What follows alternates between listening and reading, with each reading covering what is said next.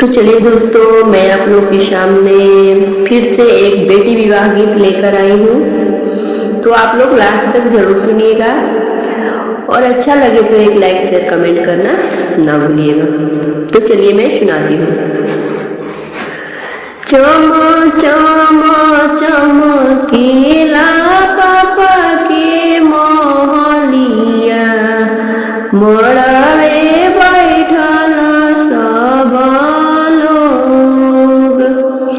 चम चम चमकीला पापा के मोहलिया, मड़ावे बैठल सब लोग। आधे मड़ौआ बैठे भाई से भतीजावा, आधे में ससुर के लोग, आधे में ससुर के लोग। चौके पर बैठल बोलेलन सुंदर दुल्हा, सुन धनिया राजा हमार।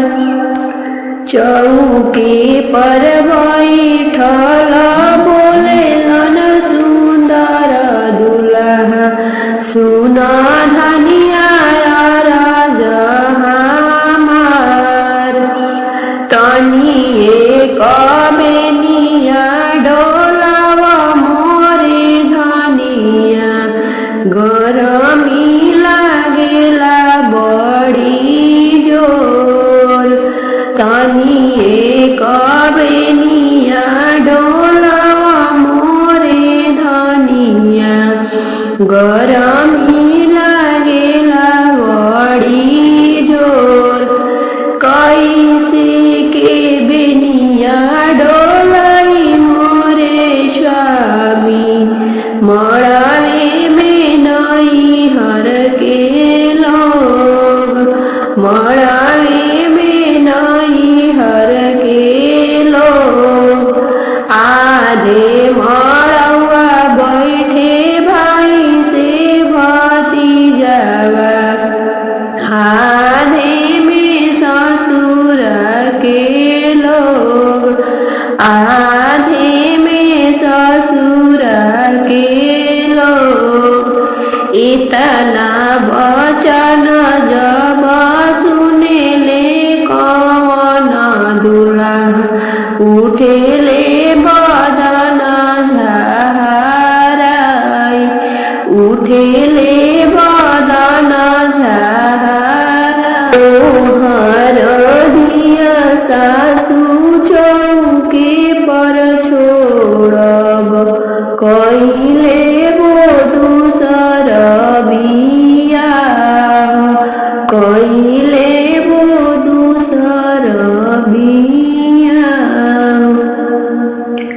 इतना वचन सुनी बेटी हो कौन बेटी, उठेली चुनरिया सामाल, उठेली चुनरिया सामाल।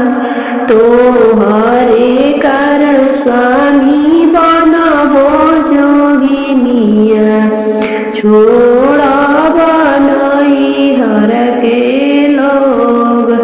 तोहरे कारण स्वामी बनबो जोगिनिया, छोड़ब नई हर के लोग। छोड़ब बाबा वरु भाई, छोड़ब कुल परिवार, छोड़ब बाबा वरु से भाई, छोड़